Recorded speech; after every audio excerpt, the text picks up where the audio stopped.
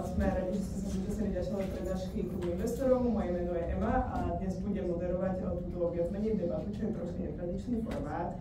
So mnou je to samozrejme Michal Meško, CEO na Sabatikale súčasne, ale o tom si povieme neskôr. Len podstatná informácia, máme samozrejme klasický slajdok, KI Brno a budeme sa tešiť z vašich otázok, takže môžeme už pomaličky začať. Ďakujem, ahojte a pekný večer.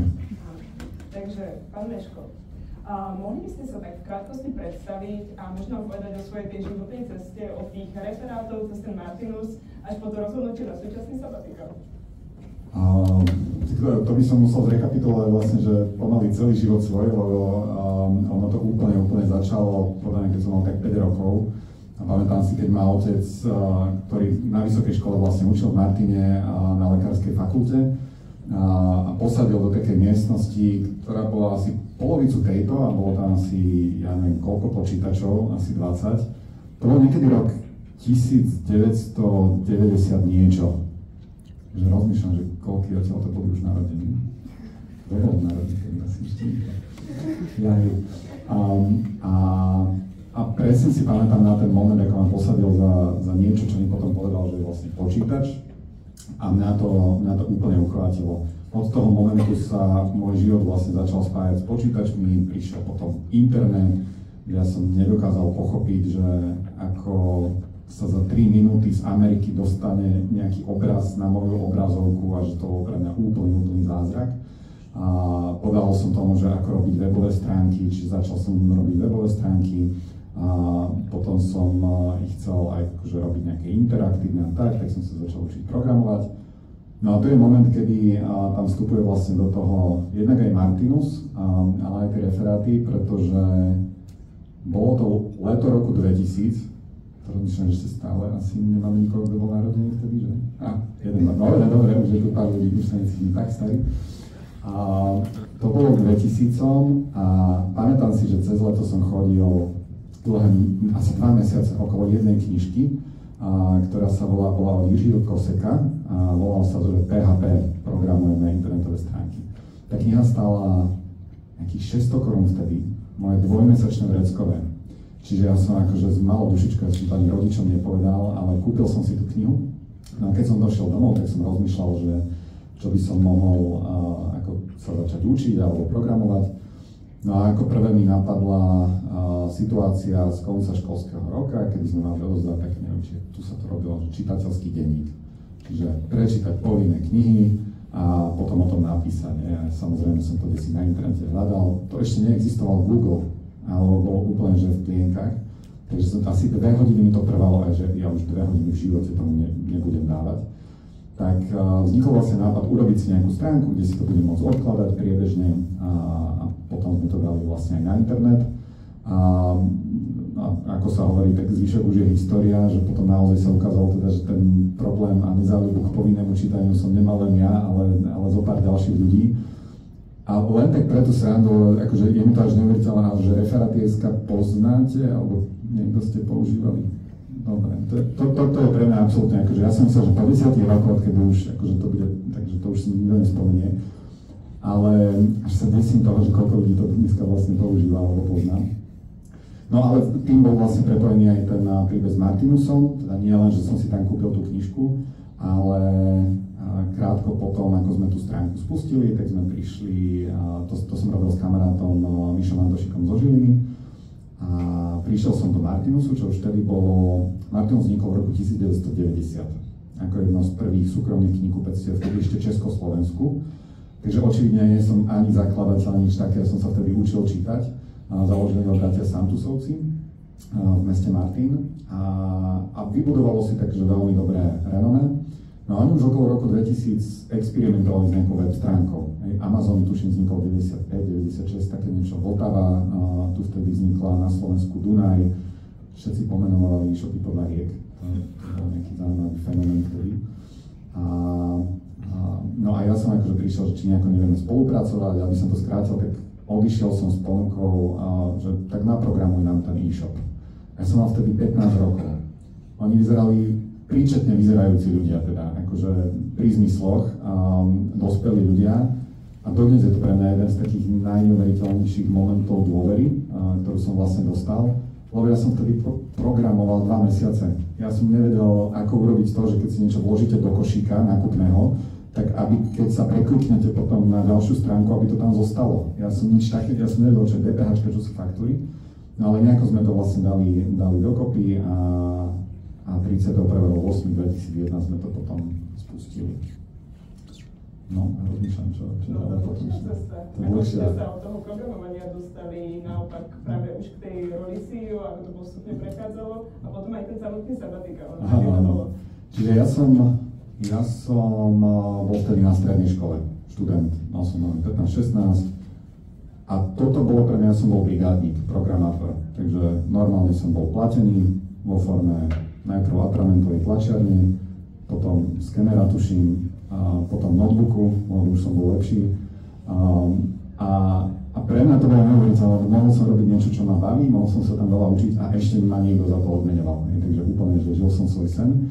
Ale popri tom som teda študoval normálne na Gimpel, chodil som tancovať do folklórneho súboru, lebo rodičia chceli, aby som chodil som na klavír a mal som frajerku a robil som školský časopis a akože všetky tieto veci. A potom som vlastne išiel na vysokú školu. Mimochodom zdá sa mi, že aj sem som robil príjmačky, ale nakoniec som si vybral fakultu manažmentu v Bratislave. Ale teda skoro som bol alumni tejto školy, takže je to taký zaujímavý pocit sedieť. Vedľa toho Harvardu by sa to tam vynímalo, ale tak neviem. Ešte možno príde čas. No, tak uvidíme. A možno v inej roli. Uvidíme. O tom potom. No a tým, že som vlastne začal študovať manažment, marketing a tak ďalej, tak Martinu stvorili 3 ľudia. Všetci sme robili viac menej všetko, že OK, tak ja som hlavne programoval, riešil ten web, zákaznícky support a tak ďalej.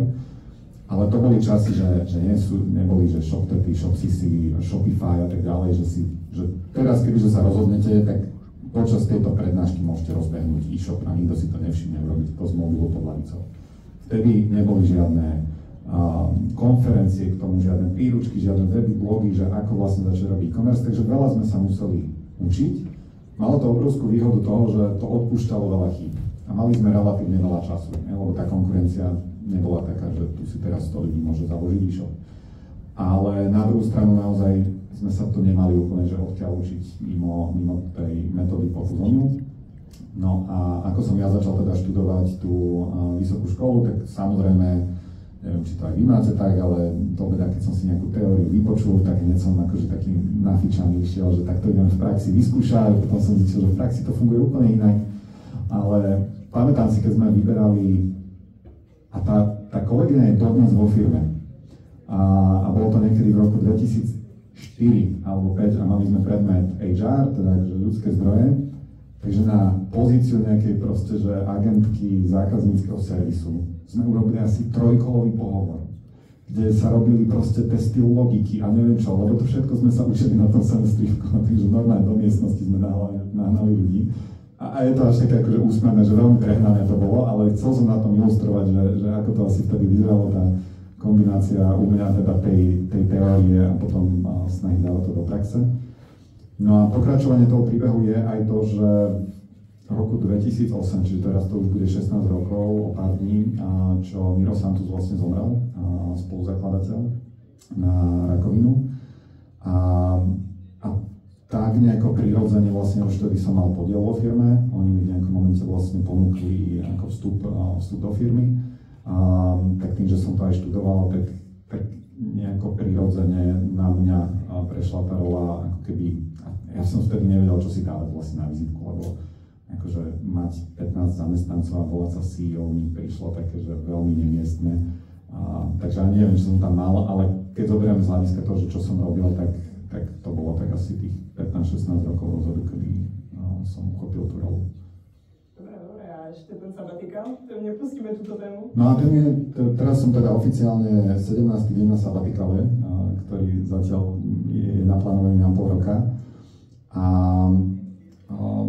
to rozhodnutie začalo vznikať niekedy asi rok dozadu, v máji, kvieten minulého roka.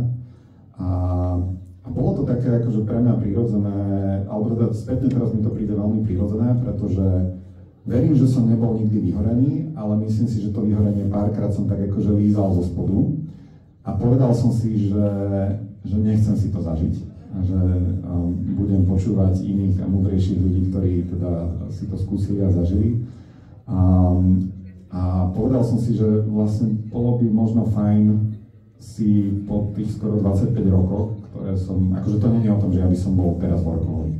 Ja som si workoholické dni odbil na svojej strednej škole a potom na výške, kedy na výške takto mali sme cvika, prednášky a tak ďalej. Pekne o 8 som došiel večer na izbu, po večeri a tak ďalej. Otvoril som notebook a tešil som sa, že konečne budem mať pokoj a začína môj 8-hodinový pracovný deň. A do 3. do 4. som proste kódoval a tak ďalej, potom o 7. som stával na prednášku, po povede som to chodil dospávať a nebolo to zdravé, to preboha, to nedávam ako inšpiráciu. Skôr, že som vlastne spätne vďačný, že ten pocit, aké to je, keď ti telo dáva pocítiť, že to nie je OK a nie je to úplne udržateľné, som mal vlastne možnosť si zažiť relatívne skoro. Ešte vlastne na tej strednej škole, keď otco ma ako 15-ročného o 2 ráno vyháňal spoza počítača a vytrhával kábel telefónu, lebo vtedy sme sa pripájali ešte cez modemy, takže aby ma akože vypol z internetu, aby som išiel spať. A hovoril som si, že asi nie je úplne v poriadku, keď ma seká v krížoch ako 16-ročného a keď akože toto má povieť tak strašne, akože som tak rozmýšľal asi je to normálne a potom človek si uvedomí, že asi to nie je úplne normálne.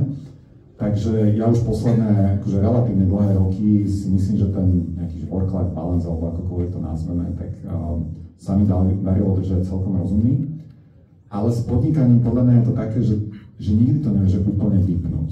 Keď si v tej nejakej že exekutívnej roli a zároveň, že si podnikateľ, tak ono v niečom je to ako keď je človek zaľúbený, že to nie je, že dobre, tak som zaľúbený od 9. do 6. a potom vypnem. Akože niektorí majú taký štýl, že potom prepnú na iné, neviem, možno je to sa dá. Ale ten pocit, že nie je úplne taký, že teraz to vypnem, padla a vypínam hlavu.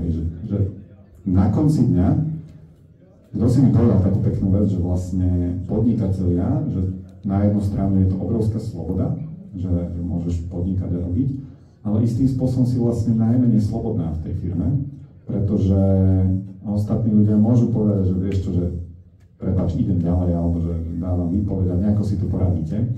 A ty môžeš ako keby, že predať firmu alebo niečo také, ale že na konci dňa ten shit, keď sa nejaký udeje, tak úplne na konci dňa ho musíš riešiť ty. Že ty si vlastne tá posledná, kto zhasne, keď bude zle. Takže môžeš mať work-life balance, ale nikdy to nevieš úplne ako keby vypnúť. No a ten sabbatical je taká akože aj moja snaha naozaj chvíľu, že môcť, ale nič nemusieť. A je to strašne zaujímavý pocit. Normálne sa mi taký akože flashback spustil časov zo ešte strednej školy aj z výšky, že OK, posledné písomky školského roka, štátnica a tak ďalej a že a teraz idú prázdniny. A ja vôbec neviem, že čo cez ne bude, ale viem, že nebudem musieť nič robiť. A taký ten brutálny pocit ľahkosti. Neviem, či to zažívate ešte niekedy, ale normálne ma to tak premklo, že to je aké dobre, že len slnko svieti a ja si pôjdem sadnúť si. A niečo určite budem robiť, hej, to nie je, že... Niečo, vyprávame nejaké športové udalosti podľa vašho LinkedInu. Áno, aj. A zároveň dostal som 2 technické poznámky. Prvá je, že možno niektorí z vás nevedia, čo je sabatikál, takže ospravedlňujem sa, to som nezvládla moderátorsky. A je to také ako keby voľno, tak aby ste potom vedeli, že proste to kreatívne voľno, kedy na istú dobu sa odstavíte od nejakej činnosti pracovnej. Možno môžete povedať viac o tej náplni toho vášho sabatikálu? No. Ďalej? Alebo bližšie? Ďalej od seba. Pardon, dobre. Ďakujem za spätnú väzbu a ospravedlňujem sa za tú spätnú väzbu, ktorú rozhodol teraz. Ja, akože súčasť toho práve bola, a to aj keď sa rozpráva s ľuďmi, ktorí to majú za sebou, že nenahradí akože jeden vyplnený kalendár tým, že hneď potrebu, že OK, ja mám sabatikál, teraz pol roka, že voľno, tak si otvorím bucket list a idem si to tam dávať všetko. Lebo na konci dňa to stratíš trošku ten akože dôvod, prečo si do toho išla. Takže samozrejme, akože ja mám na bucket liste veľa vecí, ktoré by som možno chcel ešte v živote stihnúť, ale vedome som si dal, že Okay, že teraz trénujem na nejaký triatlon, ale to trénujem už vlastne pol roka, takže o 2 týždne verím, že vyplávam dobre a všetko to zvládnem. A áno, potom idem vlastne v máji na 3 týždne na Harvard, na taký exekutívny kurz, ktorý začínam taký 2-ročný, ale to tiež bola už dlhšie ako keby uvažovaná, plánovaná vec. Ja som bol asi 5 rokov dozadu tiež na jednom kurze a prišiel teraz taký ten akože vnútorný pocit, že OK, že znovu by som sa chcel učiť a trošku sa hecnúť, takže. Ale mimo toho, normálne, že vy s deťmi, ja mám decka, že 6 a 10 rokov a jeden z tých hlavných dôvodov bolo u mňa to, že oni už nebudú mať 6 a 10. A teraz je to ten úžasný vek, kedy ešte, že naozaj srdečne vás objímu. A väčšinou za to nič nechcú. A ešte to také úprimné, že proste len tak sú. A viem, že ten vek odíde. A tak trochu akože dúfame, že tá malá, to už je puberta teraz, čo niekedy predvádza, 10. Viem, že nie je. Ale že môcť si to užiť. Vieš, a že som rozmýšľal tak, vieš, ako máš, že FOMO, ten Fear of Missing Out. Ja sa snažím teraz trošku ten sabatikál naplniť aj týmto antitézou k tomu, čo je, že JOMO, že Joy of Missing Out. A pri tých deťoch som si vlastne ešte doplňal také, že nechcem mať, že ROMO, že nejaké, že regrets of missing out, hej, že ľutovať, že niečo, čo malo nejaký svoj čas, kedy sa to dialo, tak som vlastne nevyužil. A precestovať svet, akože mňa sa pýtali ľudia, hej, že čo teraz, že dobré, že kedy odchádzam na pol roka do tej Ameriky a tak, že nie, že ja budem doma, budem si čítať knihy, budem chodiť na kávu, budem s deťmi, áno, pôjdem proste možno do Ameriky niečo študovať tak, ale precestovať svet ešte verím bude čas. Ale decká takéto už nebudú. A ja som toto mal mimochodom aj počas vlastne výšky, kedy už som teda na Martinuse zdrobil, bol som už aj spolumajiteľ, ale napriek tomu som v druháku vlastne išiel na Work and Travel. To ešte funguje? Super.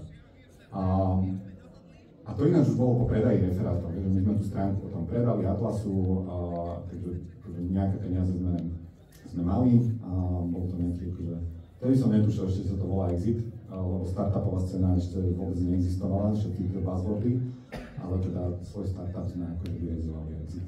Takže, no ale že point je, že išiel som do tej Ameriky, nie kvôli peniazom, ale kvôli tomu, že som to chcel zažiť.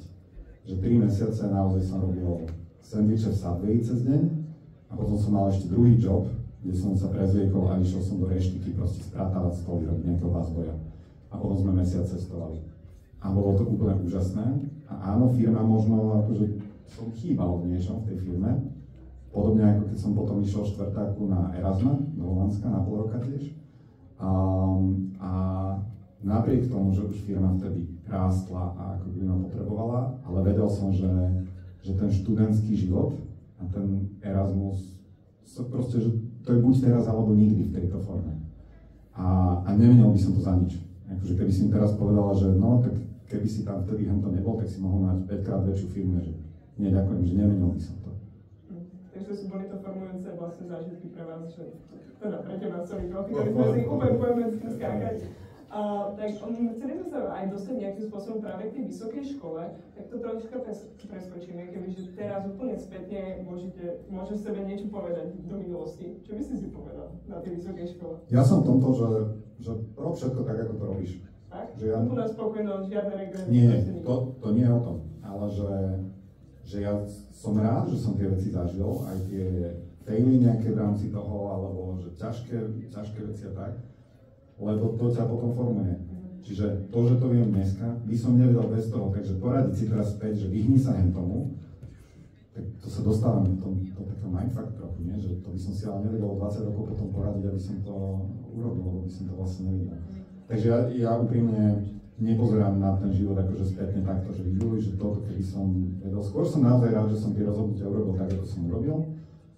A je dosť možné, že keby som na to Erasma nešiel a neviem, ten život by sa vyvinul inak, tak asi by som hovoril, že OK, aj to bolo OK. A niečo som sa naučil a že neviem. OK, tak ja som tiež spokojná zatiaľ, poviem pár rokov. No, aj ste spomenuli to na vlastne Harvard štúdium, na ktorom ste boli a ktoré ešte teraz bude. Takže sme sa chceli opýtať, že ak si pamätáte ešte tie vysokoškolské časy, vidíte tam nejaký zásadný rozdiel, čo sa týka toho spôsobu štúdia? Samozrejme, nedá sa to porovnať, nie je to denné štúdium, to ani nechceme, ale či už v prístupe k lektorom, alebo je to väčšie prepojenie práve s tou praxou, keď už máš tie skúsenosti? No akože takto, jednak sú to naozaj že neporovnateľné programy, lebo tam to nebolo akože undergraduate studium, že denné štúdium, ale už executive education, čiže to predpokladá nejakú skúsenosť z praxe a tak ďalej. Ale samozrejme, akože keď to preženieme, tak to je, že a ja to viem hlavne teda s tým slovenským spôsobom porovnávať, tak ten je tam a tá Amerika, akože ten Harvard je tam.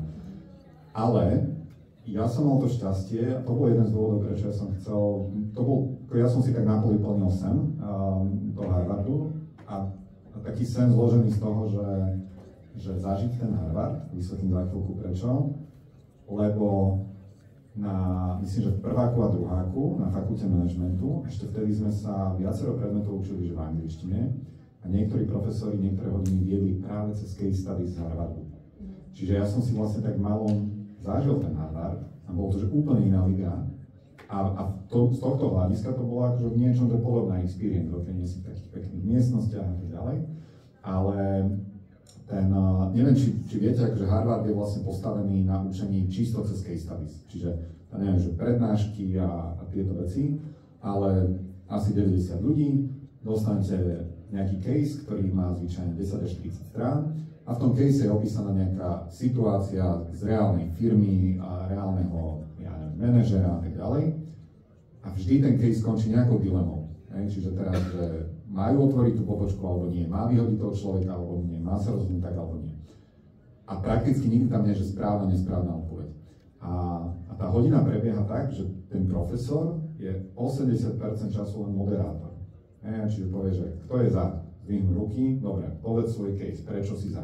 A teraz kto je proti, zdvihnú ruky, ty povedz, prečo si proti. A teraz vy dva fajtujte medzi sa, akože dobrom, ale že fajtujte, stávajte argument. A tí profesori sú ale úžasní, že oni vedia, čo robia, oni tak navigujú tú debatu a na tej tabule vlastne zachytávajú tie dôležité body.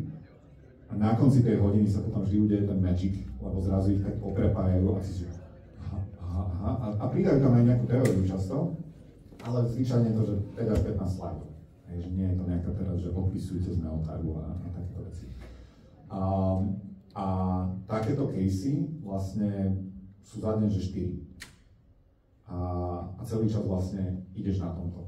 Takže ten model mne veľmi vyhovuje, pretože ťa dáva do tej akože reálnej, ako keby, čo najbližšie tej realite, akože tej koži, a nie je to len také, že teoretické, ale tá teória je tam veľmi silná, oni to dajú potom do toho frameworku, lenže ten framework vlastne pochopíš predtým, ako sa ho dozvieš. A to je niečo iné, ako keď ho najprv nakreslím a potom, že sa ho snažíš ako keby pochopiť. Máme aj také hodiny tu, musím pochváliť. Super. Na seričko, super. Poďme na tú manažerskú činnosť. Prislúchajú ti tituly ako iba podnikateľ roka, trend top manažer roka, to už sú teda naozaj veľké. Tak ako vyzeral ten manažerský deň? Aký bol ten štýl manažmentu, ktorý si proste viedol? Pretože je ich mnoho a tá prax je iná. Takže čo by som vám chcel povedať o tom? Ja som v tomto dosť nesystematický, čiže nemal som nejaký že úplne že bežný deň. Taký, že OK, teda dá sa to asi deliť, že pred deťmi a po deťoch, že pred deťmi som fakt, že nemal žiadny režim, po deťoch to teda bolo, že voziť do školy a zo školy a tak ďalej. A to celkom dá také limity tomu dňu človeka. Ale ja som mal rád, alebo mám rád celkom, že nejakú mieru voľnosti v tom programe. Ja vrátane toho, že niektoré dni som si v kalendári snažil držať, že naozaj voľné, že 1-2 dní do týždňa, že nemať v kalendári nič. Neznamená to, že som nič nerobil, ale že mať taký ten priestor, akože robiť to, čo ma ako keby baví, alebo čo práve ma teraz inšpiruje, alebo proste zahlbiť sa do nejakého väčšieho projektu. A potom som mával pravidelne nejaké one-on-one s ľuďmi a tak ďalej, ale jedna z vecí, ktoré naozaj som veľmi vďačný za ten sabatikál a že úprimne sa z toho teším, je, že ona po mne tú CEO rolu prebrala manželka moja, ktorá je vlastne 15 rokov v Martinuse a my sme boli spolu predtým, čiže ja som si ju nenašiel vo firme, ale som ju do firmy priniesol. A ona rozbiehala vlastne u nás tie kamenné knihkupectvá, a potom kaviarne, potom Major mal starosti a tak, a teraz teda robí CEO. A ona v niečom je že úplne iná ako ja. Že ona... Ja mám rád, to nazývam, že samoriadiacich ľudí. To znamená, že veľmi rád s tými ľuďmi sa porozprávam, keďže tu si a že takáto by mohla byť vízia, tam by sme sa mohli dostať tak. Ale vôbec nie som dobrý v tom takom, vieš, sprevádzaní, že dobre, k tomu, aby sme sa tam dostali, tak toto bude prvý krok, tu si dáme checkpoint, potrebuješ tu pomoc, OK, že v tomto ja nie som dobrý. Ona naopak, akože toto je najviac energie, čo ona môže získať, byť tam pre niekoho a ako keby sprevádzať toho človeka. A myslím si to, že v tom sa veľmi dobre aj doplňame, že ona má strategický manažment vyštudovaný, takže to nie je, že biznisovo by ona nemala tú predstavu, ale že ja som často skôr ten akože vizionársky a ona to viac z tých ľudí dáva. Takže ten môj štýl aj manažerský bolo, že úprimne ja som sa, keď som dostal, že manažer roka to ocenenie, tak akože som si dal trochu facepalm, že keby by ste vedeli, to nemôžete dať, lebo že ako, nemyslím si, že ja by som bol nejaká, že úplne super ukážka učebnicová, ako keby manažera podľa tých poučiek, ale na druhú stranu naozaj, čo som sa snažil tam vždy robiť, je, že dávať tým ľuďom priestor. Taká jedna z tých vecí, čo som si vždy hovoril, že dôležité pre mňa bolo, asi 15 rokov dozadu som sa to naučil, až delegovať. Že v momente, keď už som sa stal naozaj že úzkým hrdlom, lebo ja som ešte do roku 2010 asi, že som bol aj CEO, aj marketing som riešil, všetko som riešil, ešte som aj programoval. Lenže som bol tým pádom tak už extrémne úzke hrdlo pre tú firmu, že proste firma sa nevedela bez toho hýbať. Ja som dávno predtým už mal tie veci pustiť, ale klasika. Bo nemám čas teraz to vysvetľovať niekomu, aj tak to neurobi dobre. A všetky tieto akože výhovorky, ktoré... Áno, a vlastne ma to aj baví a nechcem sa toho vzdať. Ale keď som sa toto naučil a pomohol mi vlastne v tom, že... Pomohla mi v tom až tá nevyhnutnosť, že sorry, to som nedá, ani keby som mal, že 48 hodín, tak to neviem uhandlovať. A tam som si uvedomil, že vlastne či nejakú chybu urobím ja, alebo niekto iný a naučím sa z nej, tak vlastne, keď sa to naučí niekto iný, tak ja robím tú firmu vlastne celú odolnejšou. Lebo sa to naučí, že sa to neakumuluje že v jednom človeku, ale že dobre, ty urob toto, nikdy si to nerobil, ani ja som to nikdy nerobil, tak to urob ty. Lebo ty sa vlastne posunieš a urobíš tú firmu ako keby odolnejšou. Takže tá miera nejaká ako keby dôvery, vrátane toho, že na mnohé veci som, že počuj, že ja neviem, že čo je správna odpoveď, alebo že či ideš urobiť chybu alebo nie, ale asi len jeden spôsob, ako to zistiť, no tak to zistíme. Tak ale čo je neviem, systém funguje, by som povedala, že toho, ako Martinus performuje, by som netvrdila, že to nefunguje. Začínam trošku mať takého červíka toho, že možno aj verím, že niečo na tom bude, že to už nebude len náhoda. Ale zároveň akože je to do nejakej miery, že začínalo to intuitívne, ale potom aj tak ako mnohé veci, že to nie, že ja by som mal že zjavenie pred 15 rokmi, že toto bude super štýl, že robíš to tak, lebo sedliacky rozum ti to nejako vtedy akože hovorí, že tak asi takto by to bolo OK. A to je podľa mňa aj s úspechom a týmito vecami, že tie bodky sa dozadu spájajú dobre, to tuším, Steve Jobs hovoril, nie? Že dozadu ich každý prepojiť a povie, ale že nakreslí ich dopredu, no, akože smerom dopredu. A tým pádom mnohé veci, ktoré či o Martinuse alebo aj v mnohých ďalších firmách sa často hovoria, jak ste akože to vizionársky urobili, jak dobrú stratégiu ste mali, akože úprimne, že veľmi často sme mali len šťastie, že to, čo sme intuitívne urobili, tak sa ukázalo ako tá dobrá stratégia, ale nie preto, že máme byť krásne nakreslenú a vymazlenú a dokonalú. To bol také upokojujúce počuť pre študentov podnikovej ekonomie. No áno, ale neviem, či riešite asi tým pádom také, že misia, vízia firmy, hodnoty, stratégia a tak ďalej. Tiež som sa to učil, tiež som to biflil a snažil som sa, že čo to je, a také veľmi neuchopiteľné mi to vždy prišlo. A trvalo, hodnoty Martinusu sme si spísali asi 10 rokov dozadu. Firma už mala cez 20 rokov. My sme nemali spísanú firemnú kultúru. A už sme boli známi tým, že máme vraj dobrú firemnú kultúru. Ale my vlastne nevieme, čo to je. A bolo to v niečom nevyhnutné, lebo ako sme začali rásť, tak vlastne my sme si ju spísali kvôli tomu, aby ľudia, ktorí prichádzajú, tak sme vedeli sa o niečo akože spoločne oprieť, rozprávať, lebo Vieš, keď sme dvaja vo firme a príde tretí, tak večer na pive si povieme a cítiš to, nemusíš to mať spísané. Naopak, keď to je spísané, tak často je to také ašpiratívne a všetci si tam dajú, že jo, tu chceme byť ako jeden tím a tu akože máme perfektné produkty, a neviem, aké akože klišé veci. A my sme v Martinuse tiež neprišli na nejaké že prevratné veci. Hodnoty Martinusu sú vášeň, že naozaj nás bavia tie knihy a nepredávame ich len preto, že sa to ľahko predáva cez internet. A človečina, čiže to je naozaj o tom, že ja nie som vôbec fanúšik toho, že keď prídeš do roboty, tak máš na tú profesionálnu masku a problémy svoje nechaj doma, lebo tu sme profíci, tu je biznis a to ma síce mrzí, že máš doma problémy, ale sem to nenos. Ja som akože sme ľudia a nemôžem od teba chcieť, aby si akože proste tvárila, že si robot. Čiže človečina, potom wow, to sú veci, ktoré akože radi robíme nejaké drobnosti, ktoré potešia aj nás, aj zákazníkov. To môže byť, že nakresliť niečo na balík, lebo to môže človeka potešiť. A potom, že stále lepší. A všetko sú to podľa mňa slova, ktoré asi by sa nám mnohé firmy dali. Úprimne. Že nevedela by si to rozprávať. Ale ten proces, ako my sme to urobili, bol, že sme dali dokopy všetkých, tedy bolo asi 30 ľudí, takýto tabulu a že dajte tam na post-itoch, že čo podľa vás sme, čo nás charakterizuje, čo robíme, niečo by sme chceli byť, čo sme. Z toho sme vlastne vyťahli potom tie slova, nejako vydestilovali tieto 4. A dodnes si pamätám ten moment, že keď som to potom čítal, ten výsledok, tak niekoľko ľudí malo naozaj že slzy v očiach, pretože to bolo, že každý z nich si vedel spomenúť na tej situácii, kedy sme to už robili. Nie, že to by bolo pekné, keby sme to robili, alebo to bude dobre vyzerať na stene, ale pre každého z nich, každé to slovo znamenalo už nejaký reálny príbeh. A to je tá kultúra. Kultúra je to, čo žiješ, to, čo robíš. Každá firma má kultúru, bez ohľadu na to, že či ste si spomenuli domácu úlohu a spísali ju do dokumentu. Stratégiu sme si prvýkrát vedome zadefinovali pred 5 rokmi. Naše nejaké že poslanie, víziu pred 7. Takže áno, niekedy je to super, že nastavte si a zmeniť svet a neviem čo.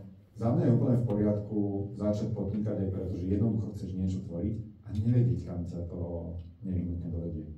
Pretože nemyslím si, že je veľa firiem, ktoré by to mali jasné od prvého momentu alebo na prvý pokus, ale naopak je normálne, že tie firmy sa hľadajú a istým spôsobom to nemať hneď na úvod je v niečom oslobodzujúce. Lebo sa môže to ako na výške, hej, že... To nezväzuje to. Presne, to ste nerastli možno tak ako... A nie ani o ten rast, ale že to máš ako výška, hej, že asi sa... Že áno, je tam aj také, že a dobre idem a neviem čo, ale že predstavte si, že by ste si museli pred prihláškou na vysokú školu rovno podpísať pracovnú zmluvu, čo o 5 rokov potom budete robiť. A teraz, že študovať, že vlastne oberieš sa, že čo keď dnes v prváku zistíš, že ty vole, ale ja vlastne chcem niečo úplne iné. Niektorí to zistia v štvrtáku, že myslel som si, že toto ma bude baviť, ale vieš čo, nie a idem to skúsiť inak. Takže v niečom, aj keď tá firma vlastne vzniká, tak tá exploratívna fáza dokáže byť veľmi užitočná a vieš, nebolo to podľa checklistu. Hej, že v niečom sa cítiš tak nechce, že nemáš stanovené, že vlastne nevieš, čo je tvoja stratégia, nevieš čo. Ale na druhú stranu, akože nepadnúť z tomu a neurobiť, že okay, ako prvé si urobím, založím mezoročku a spíšem si podrobne celý plán, 20 stránový výsť, úplne presne, lebo potom príde realita a hneď môže roztrhať často. OK, poďme na tie aktuálnejšie udalosti. Pomerne prednedávnom ste tu práve v Brne otvorili veľmi vysoko oceňovanú kamennú predajňu.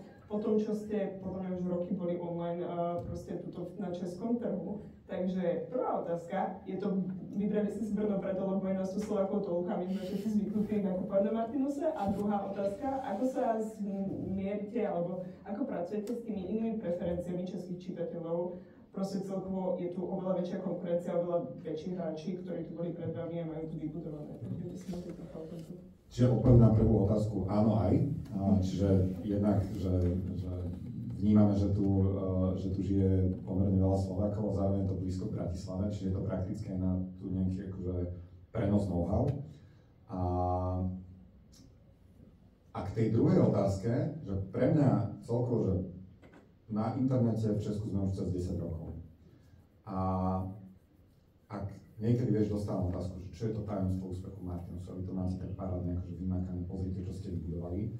Tak pre mňa proste, že Česká republika a naše pôsobenie tu je proste najjednoduchšia možná odpoveď na to, že naozaj často firma nemusí vedieť, že v čom presne to bolo, lebo keby sme to všetko vedeli, tak by to malo fungovať aj tu, že to len zreplikujeme. A to je to, o čo sme sa v nejakej miere snažili, ale presne, prišli sme oveľa neskôr ako na Slovensku, ktoré sme začali. Na trh, ktorý je oveľa rozvinutejší, a teraz jednak aj z hľadiska konkurencie, že tých počet knihkupectiev je tu veľa, aj tej knižnej kultúry, aj veľkosti toho trhu. Český knižný trh je 2,5 až 3 krát väčší ako slovenský, hoci počet obyvateľov je dvojnásobný. A v niečom áno aj tie zákaznícke preferencie, že je to skôr tak akože anekdoticky odpozorované, ale dám to na takom, akože skôr, že najľahším to teraz je na takom príklade, že my sme robili každý marec, presne Mesiac kníh, robíme takú, že knižnú hru nejakú. A kedy sme robili, že knižná šifra, ináč je aj v tom knihkupectve tu v Brne špáličku na tapete. A bežali sme aj na Slovensku, aj v Česku. A hralo ju porovnateľne veľa ľudí v obidvoch krajinách. Že v Česku možno dokonca o niečo viac, čo vzhľadom na to, že sme boli násobne menšia značka, tak bol akože veľmi dobrý úspech. No a na Slovensku bolo, že Martinus, vy robíte tú knižnú šifru, že to je také super, my to všetci v robote hráme, my u vás nakupujeme tým pádom a tak, že máme vás radi. A v Česku, že Martinus, vy robíte tú knižnú šifru, to je také super. Kde nakupujete? Ja je tou konkurenciou, lebo tam je to lacnejšie. A teraz akože je to anekdotické, že to nechcem akože z tohto dať, ale to skôr hovorí o tom, že tá konkurencia naozaj je tu silná.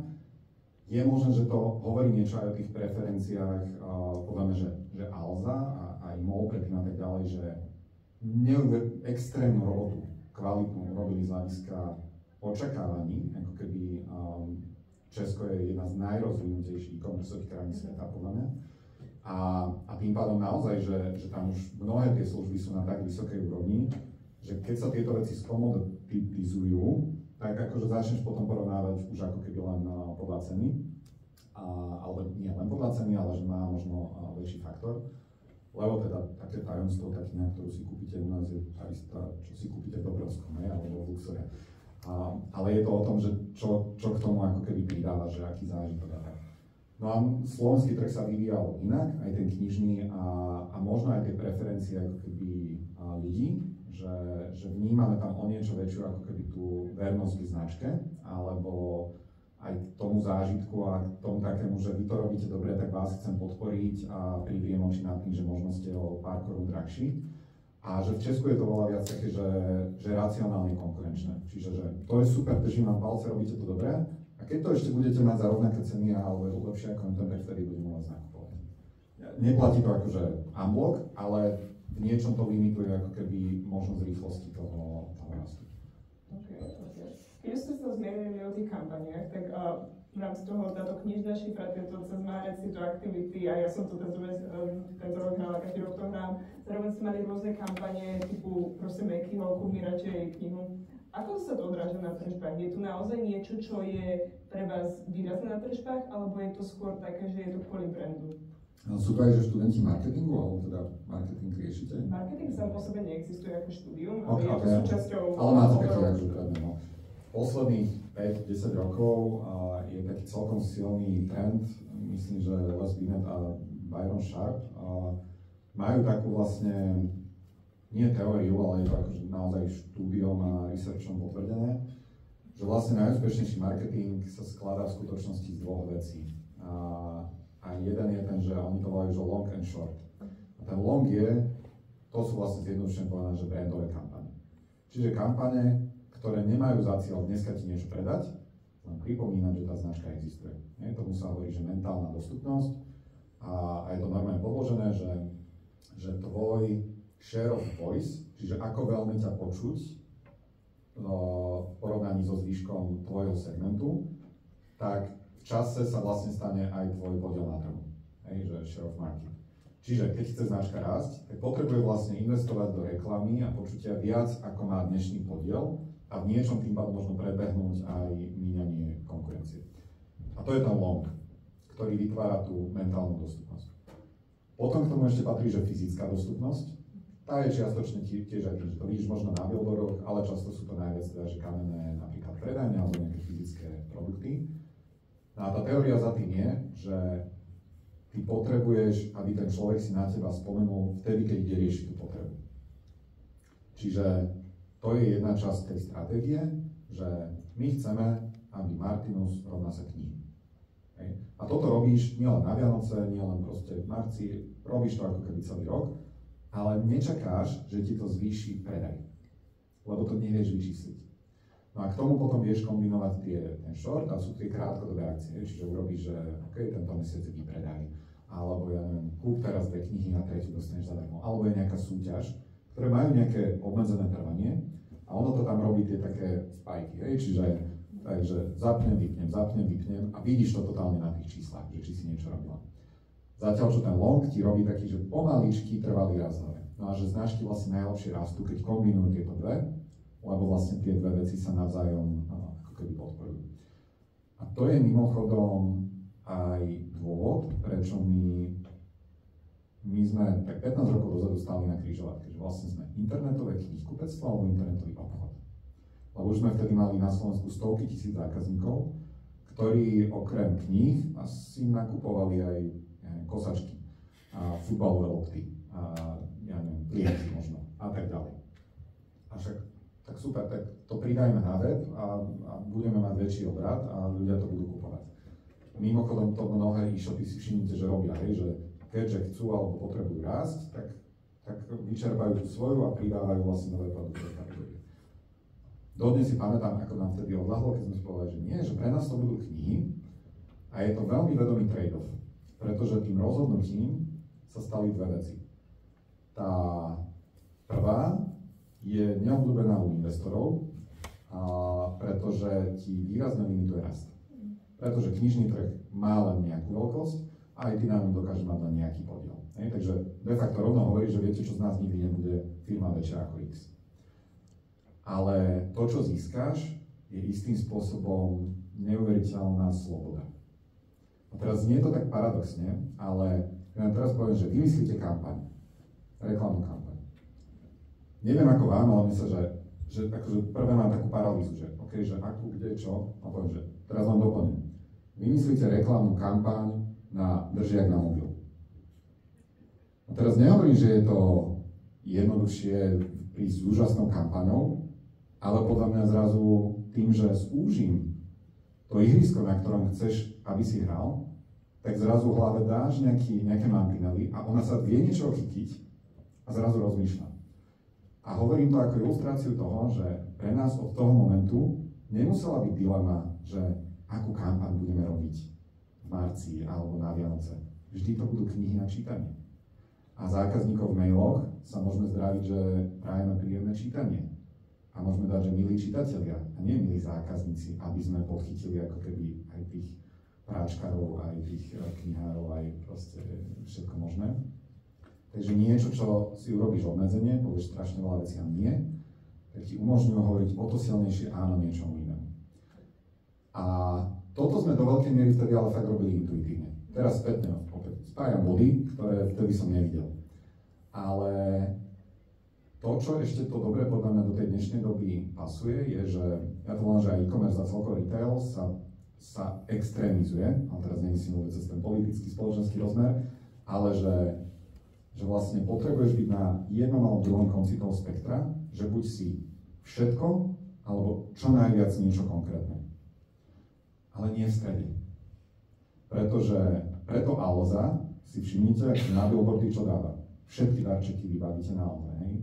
Alze kúpite všetko, že oni si chcú robiť ten top of mind, že nákup na internete, že potrebujem niečo, rovná sa všetko, nájdem to na Alze. MOL, Allegro a tak ďalej. Že musia ísť do čo najväčšej šírky, lebo to stávajú na tom, že oni chcú byť ten top of mind na vlastne čokoľvek.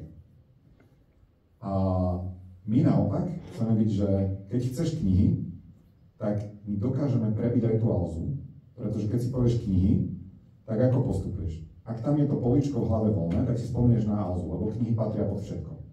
Ale keď na knihy je dobrý Dobrovský, alebo Luxor, alebo Martinus, alebo ktokoľvek, tak zrazu tá Alza ti tam, akože neznamená to, že Alza nepredá žiadne knihy, ale asi nebude na to top of mind.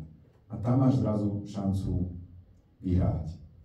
Ale predstav si teda, že bola by si knihy a hudobné nástroje a športové vybavenie. Len tieto tri kategórie. Teraz sa niekto snaží na slovenskom trhu? Muzikár.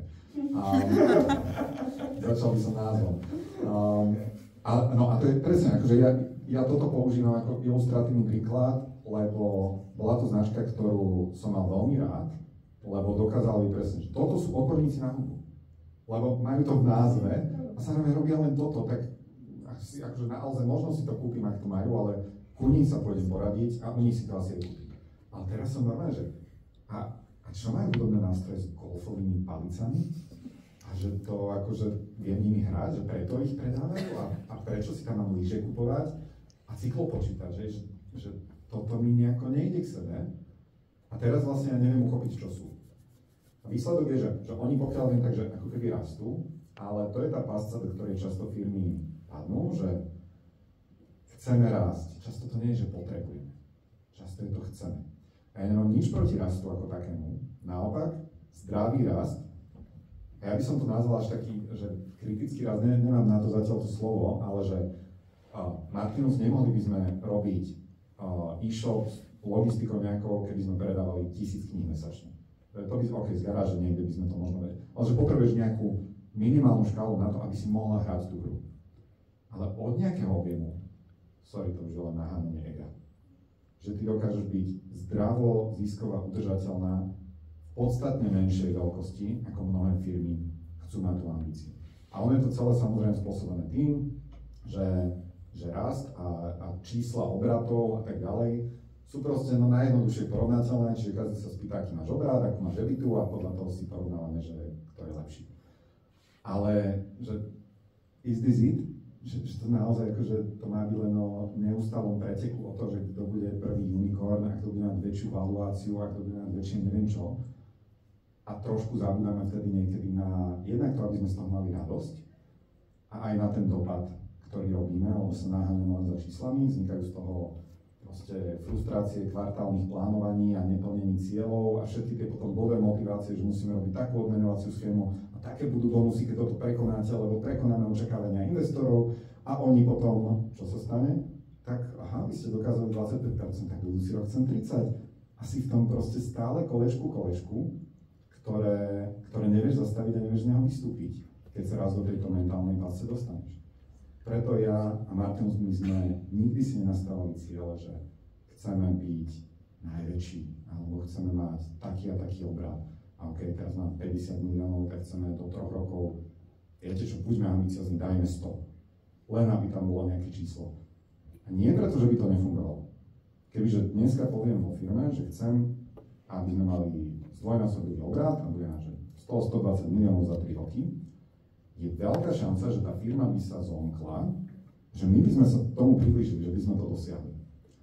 Ale ja sa desím toho kroku ďalej, lebo super, 120, buchneme šampanské, pooslavujeme, dáme si bonusy a potom príde také, že neviem, či ste videli Hľada sa Nemo a na konci je taká scénka, hej, tá rybička akože vyjde von aj potom v takom plastovom vrecku, teší sa, je tam a že na úvod.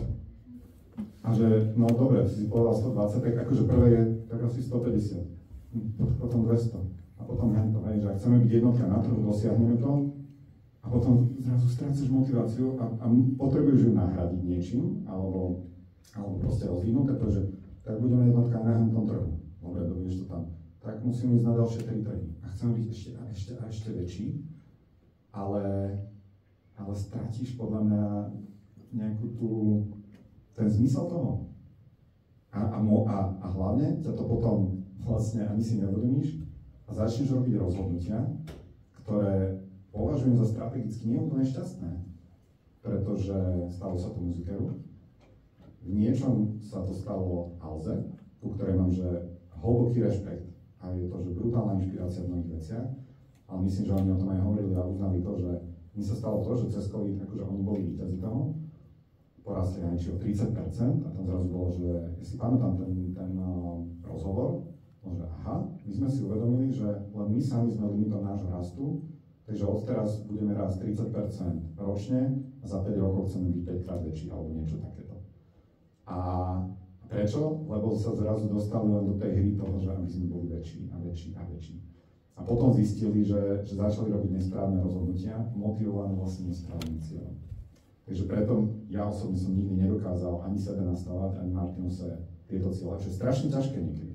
Na manažovanie je to strašne ťažké, lebo poviem vám 100 miliónov, tak vás viem hodnotiť potom podľa toho, či sme to dosiahli alebo nie. Človek vie povedať, že či tú robotu robí dobre alebo nie, lebo pozriem sa na výsledky a môžem si nejako ospravedlniť alebo niečo, ale svieti tam to číslo? Svieti, tak som to asi urobil dobre. Ale oslobodiť sa od tohto chce podľa mňa niečo, že veľkú dávku odvahy, ale zároveň je to ťažšie, pretože ten človek si musí sám povedať, že je to good enough, mám sa snažiť viac, alebo akože tu už nemusíme pušovať. Ale pre mňa je to veľmi zaujímavý taký ako keby experiment. My sme si to nahradili tým, že od začiatku, to ešte Miro sám tu hovoril, že Martinus, a on to do mňa vštepil do veľkej miery, že my nechceme byť najväčší, my chceme byť najlepší. A čo je také vlastne paradoxné na tom živote, že vlastne z referátov sa stala najväčšia študentská stránka na Slovensku. Ale nie preto, že my by sme si to dali ako cieľ. Ja som mal cieľ, že ja chcem mať stránku, kde tiež sa dá vyhľadávať, že tam niečo napíšeš a vypíše to. A ja potom by som chcel, že aby to aj vygenerovalo PDF-ko, aby som to nemusel tlačiť, ale aby som to mohol vlastne proste niekde si poslať. A ja by som chcel, aby sa tam dali meniť farby. To kedy si bolo také, že si môžeš meniť farbu web stránky. Divný trend.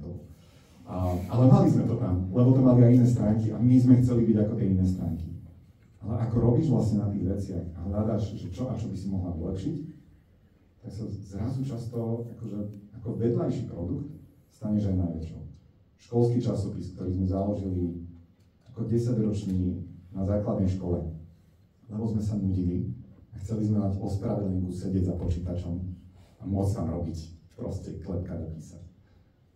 8 rokov Husenková dráha, lebo to bolo, že naozaj niekedy to bolo, že 40 čitateľov sme mali vrátane celej rodinných príslušníkov redakcie, ale potom aj také, že na škole, keď sme mali 200 študentov, tak sme predali 400 kusov časopisu, lebo sme tam vymysleli takú vec, že kupón proti skúšaniu, ktorý keď si na začiatku hodiny dal, tak ťa nemohli vyvolať, takže to bolo ináč akože fenomenálne, pretože to normálne vytvorilo čierny trh s kupónmi.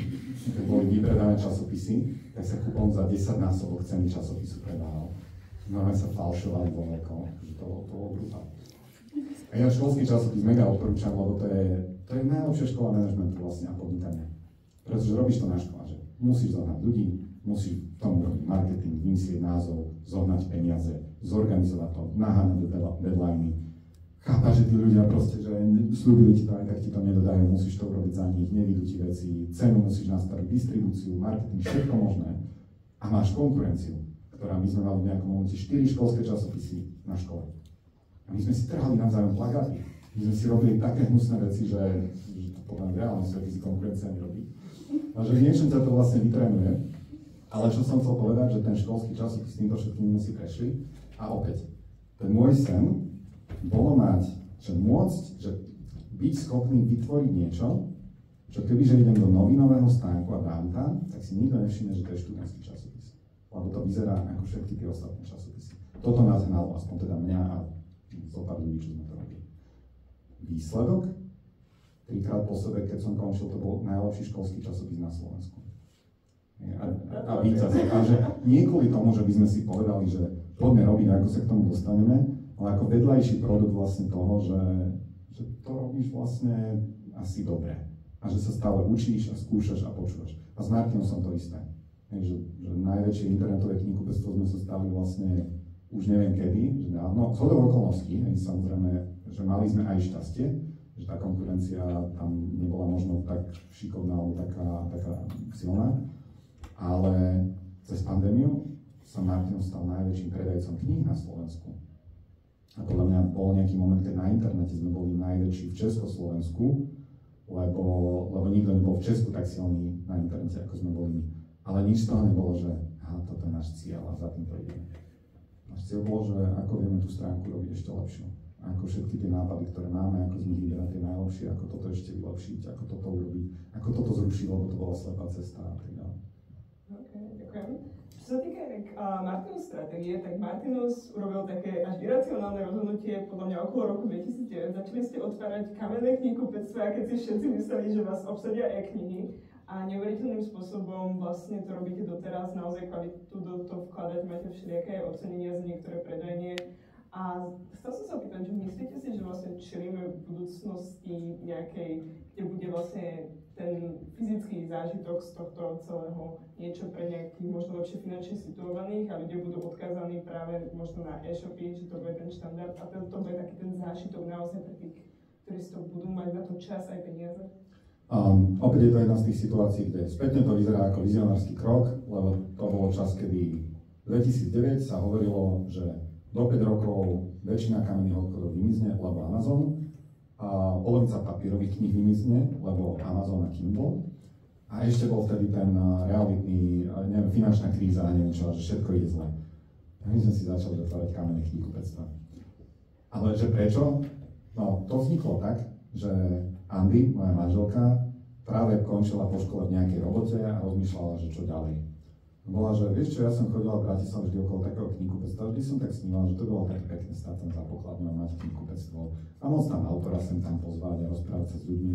A že nechcel by Martinus, že znovu kamenné knihkupectvo, vtedy sme mali to jedno v Martine iba, a že aj v Bratislave knihkupectvo, že no, že pekný nápad, že asi by bolo fajn, že aj v Bratislave, aby ľudia si mohli osobne overiť a tak. Tak vznikli vlastne, bol to rok 2009, tak sa Andy dostal do Martinusu, tak vznikla vlastne tá celá divízia neskôr kamenných knihkupectiev, ktorý dneska máme 18 plus vlastne jedno už aj v Brne.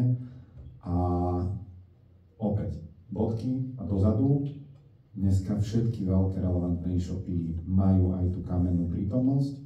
Dneska už sa ani pomaly nehovorí o omnichanneli, už sa hovorí tak, ako my to dlho vnímame, že si stále jeden čitateľ, nie sú, že internetoví zákazníci a kamenní zákazníci a že sa tie dáva kanály majú o nich byť, ale ty máš niekedy proste chuť na knihu, ktorú chceš teraz, ale nevieš presne akú, chceš si to prelistovať v tom knihkupectve Audi s ňou, alebo ideš ju dať ako darček na oslave, alebo možno niekedy tu ti spolužiak alebo tak povie, že počujem, že toto je super kniha, a ty už dobre, že si objednám a príde mi zajtra, alebo nepotrebujem mať hneď.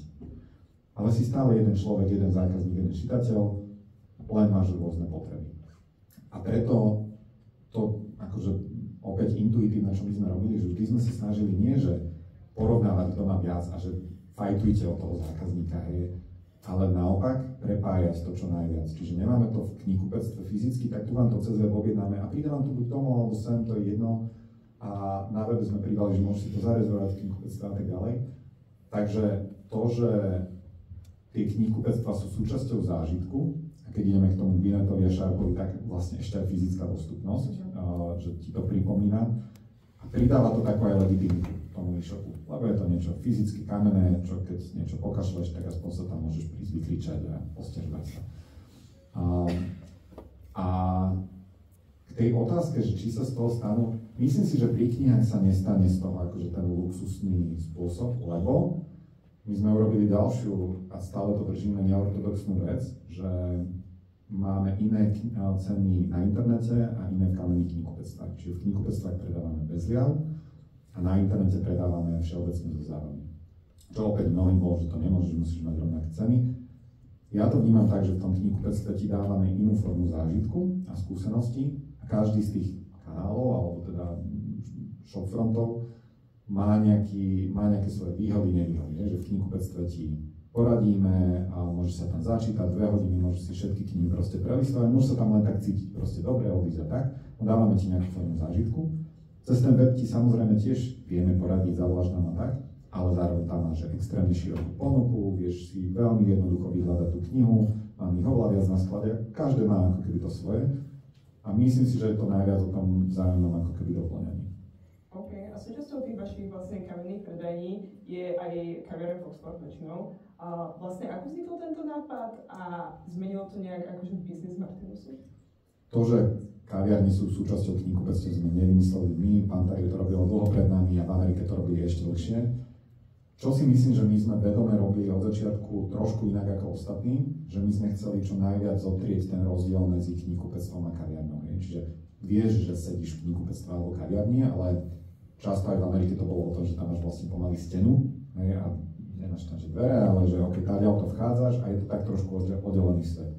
My naopak sa to snažíme robiť, že aby ten prechod bol taký čo najviac organický. Dokonca v Bratislave kubíkovne jedno knihkupectvo máme také, že tam sa aj pri regáloch priamo ako keby sedávalo a nevieš vlastne rozlišiť, či je to knihkupectvo alebo kaviareň. A opäť je to pre mňa, že ďalšia vrstva toho zážitku. Pretože že ono sa tým navzájom krásne doplňa a obohacuje, pretože keď sedíš v tej kaviarni, tak kaviarni je veľa. Ja samozrejme tiež si mám, že čo najlepšiu kávu, dobré koláče, ale nie je veľa kaviarní, kde by si bola obklopená doslova že desiatkami tisíc kníh. A zároveň, keď vojdeš do knihkupectva, v ktorom je ticho, alebo len hrá nejaká hudba, ok, môže to mať nejakú atmosféru. Ale keď zároveň v pozadí počuješ rozhovory ľudí, alebo kapučino, ako sa tam proste pení a tak ďalej, tak zrazu ti to dáva taký pocit, že tam to trošku žije. Ale nie tým takým spôsobom tuc, že tam techno hráme, ale to by nebolo, že napadli pri mne povedané. Mám tam neviem teda. Tak ti to proste, že obohacuje, plus môžeš tam pozvať ľudí a opäť robiť nejaké besedy a tak ďalej. Čo sa týka takej tej technickej stránky u vás Martinuse, tak úplne som si neistá do tej informácie, lebo tuším, že som to kedy si videla na nejakom poste, okay. Ale máte tuším gamifikáciu práve v sklade, že nejak meriate tie metre, ktoré nachodzíte, tak mohli by sa vám povedať trocha aj o tejto technickej stránke, tej logistické, lebo určite to niekoho zaujíma. Martinus vlastne si vyvíjame tým pádom od roku 2000. Máme kompletne na vlastný systém a tak. Nie nevyhnutné, pretože by som to všetkým dneska odporúčal, ale vtedy iná možnosť nebola. Neboli Shopify a podobne. Takže je možné, že ešte časti Martinusu žiaľ bežia na mojich kódoch. Čo niektorí kolegovia, programátori už majú vytrhané vlasy všetky, lebo už to všetko museli po mne opravať. Ja som bol proste hobík, že ja som to nikdy neštudoval a ja som to nejako lepil, ako to bolo. Ale ako tým pádom, že cez 20 rokov už vyvíjame ten vlastný systém, čo nám dáva, že stojí to strašné peniaze, ale zároveň nám to dáva obrovské možnosti a slobodu urobiť to proste tak, ako my keby sme robili knihkupectvo pre seba. A úprimne to je často, že keď robíme tie kamenné knihkupectvá, my ich nerobíme, že ok, drogeria nejaká, že tak tu je floorplán, sem nabácha regály a máš proste hneď hotové. Knihkupectvo v Brne sme kreslili 3 mesiace. A bola si, že 5 relatívne podrobne rozpracovaných verzií úplne inak, ako by to mohlo vyzerať. Ale s každou sa hráme, že čo najviac pre ten priestor, ale hlavne, že keby sme mohli, aké knihkupectvo by sme pre seba postavili. Potom nám napadne, že aj môžeme, tak to často urobíme. A podobne je to vlastne aj s tým webom a vývojom. Takže aj logistiku vlastne nám to kompletne riadi. A áno, máme tam gamifikáciu, že také veci, že vieš, že dneska si už vyskladnil 10 kníh so zelenou obálkou, ty budeš nejaký Robin Hood, alebo neviem čo, že takéto sraničky tam kolegovia povymýšľali, alebo že najťažšiu knihu, akú si dneska vlastne vyskladnil a koľko kilometrov si už nachodil a takéto veci. Ale úprimne to sú skôr také, že radi sa hráme niekedy. A je to také trošku to wow. Áno, je to oživenie. Ale myslím, že produktivitu tam nejakú zásadnú nezbíha. Čiže istým spôsobom sú to vlastne vyhodené peniaze. Keď si to odkrylo v pamäti, podľa mňa, tak asi to nebolo také vyhodené peniaze. No ale kolegov vieš, akože tebe to dal, no a to je presne to, že máme ten luxus toho, že nemusíme sa nikomu zodpovedať, že ako máme EBITu, ako máme neviem čo, lebo vieš čo, že ja si až myslím, že toto vlastne nepriniesie žiadne peniaze, ale bolo by fajn to mať, tak to robíme. A je pre mňa, toto by som nemenil za nič. Že my sme mali ponuku x-krát na investora, ktorý by nám pomohol proste s expanziou a tak ďalej, aby sme rýchlejšie rastli, ale tá sloboda toho vlastne pomalého rastu a rastu svojím tempom, my sme nikdy nedokázali otvoriť viac ako 2-3 knihkupectvá do roka. My sme hlavne, lebo sme to nechceli. Lebo všetko, čo sme vlastne v Martinuse, všetky knihkupectvá, ktoré otvárame, tak otvárame z peňazí, ktoré sme minulé roky zarobili. Nie z bankových úverov, nie z investičných peňazí, nie akvizíciami, ale proste zo ziskov minulých rokov. A opäť, čo je nevýhoda toho zjavná? No, niekto ťa môže predbehnúť, je to pomalé, a je to v niečom proste nekomfortné, že musieť ako keby čakať, ale tú slobodu toho, že sa nemusí nikomu, že bože, a vyjde to a teraz ona bude naháňať, lebo už to chce mať splatené a tak ďalej. A nemôžeme urobiť túto vec, lebo vieš, nevychádza mi to v budžete, tak to by som za nič nemenil. Že keď mám taký akože evil me a sedím na korporátnych prednáškach a chcem akože trošku tak akože popichnúť a naštvať a poviem mi, že viete, že my Martinuse nerobíme ročné budžety. A všetci, že to je akože, no však, že s číslami robíme veľa. Hej, že s dátami, číslami, že myslím, že máme na posledné euro namapované brutálne komplikované manažerské účtovníctvo, knihkupectvo, kaviareň, každé jedno sú oddelené ako business unit, takže my vieme na euro presne, ako ktoré nám zarobilo, nezarobilo a tak ďalej. Ale nedávame ciele, nedávame bonusy tým pádom, odvodené od plnenia cieľov a opäť je to tým pádom niekedy ťažšie na to, že aby sme vyrástli, ale keďže nepotrebujeme to robiť, len to chceme robiť tak, aby nás to bavilo, tak zároveň je to v niečom oslobodzujúce, že keď dojde zákazník a nemáme pre ňu tú knihu, tak ten knihkupec naozaj môže povedať a často povie, že ale viete čo, tu oproti v Pantarej to možno budú mať, ja vám to možno aj pozrieť na webe, ak chcete. A teraz akože niektorí ľudia sú ku konkurencii, že ho posielaš, ale že pre mňa to je, že ja keby som bol ten zákazník, to ja som povedal, že OK, že wow, že na budúce znovu prídem sem, lebo im ide v prvom rade o to, aby nás spojili s tou knihou. Nie je nevyhnutné, aby akože teraz mi povedali, že viete, čo tá kniha za to nestojí vlastne, preto ju tu nemáme, skúste radšej túto, že jasné, urobme si domácu úlohu a na budúce tam tú knihu majme, ale v tom momente považujem za splnenie vlastne našej misie, pomôcť mu sa k tej knihe dostať, keď sme to aj my nedokázali.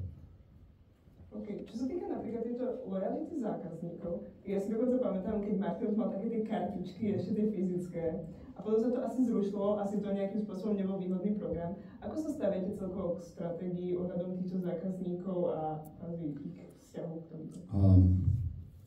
Neexistuje asi človek, ktorý prišiel k nám na marketing a jednu z prvých vecí nepovedal, že zavedie teda už konečne lojalitný systém, lebo Martin už by mal mať nejaký vernostný systém.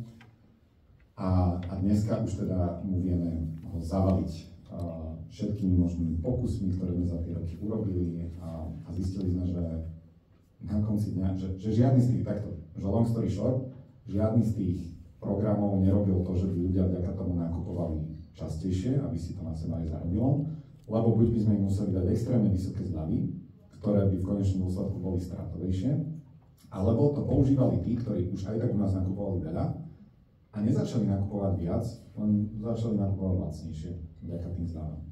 Čiže každý náš pokus, a teraz čisto, že biznisovo, to bolo stratové. Ale zároveň sme si uvedomili, alebo teda razíme aj tú teóriu, že ale však dokázali sme sa rozvíjať a byť zdraví, udržateľní, ziskoví aj bez tých programov doteraz. A že v niečom to také, čo sa niekedy hovorí, že vlastne najlepším vernostným systémom je kvalitná služba, vďaka ktorej sa človek znovu vráti, tak asi na tom niečo naozaj bude. A tým pádom aktuálne neuvažujeme a nemyslím si, že budeme v nejakej veľmi dohľadnej dobe uvažovať o vernostných programoch. Sú segmenty, kde to vie fungovať, ale knihy majú ešte to špecifikum, že väčšina ľudí ich nenakupuje každý týždeň, že ako možno potrebuje väčšina ľudí. Ďakujem ľuďom, ako ty prežívame zase. Ale že naozaj to nie je ako Tesco Clubcard, že aj s tými dátami vieš naozaj potom robiť ešte viac. Chcel som sa dostať aj k týmto dátam, že či nejakým spôsobom vlastne si sledujete u zákazníkov nejakú customer journey a nejak to trackujete, aj tie špecifika a tak ďalej, je to pomerne taká klasika. Podľa mňa, tak ako väčšina e-shopov a firiem tejto doby, si myslím, že máme 100-násobne viac dát, ako vieme, čo s nimi robiť. A to je podľa mňa taká tá trošku ten paradox tej dnešnej doby, že kedy si bolo ťažké získať vôbec dáta, a išlo sa po dátach. Potom sme už dáta mali, ale bolo relatívne náročné a časovo a tak ďalej ich vyhodnotiť. Dneska už aj s tým ti AIčko pomôže a tak ďalej.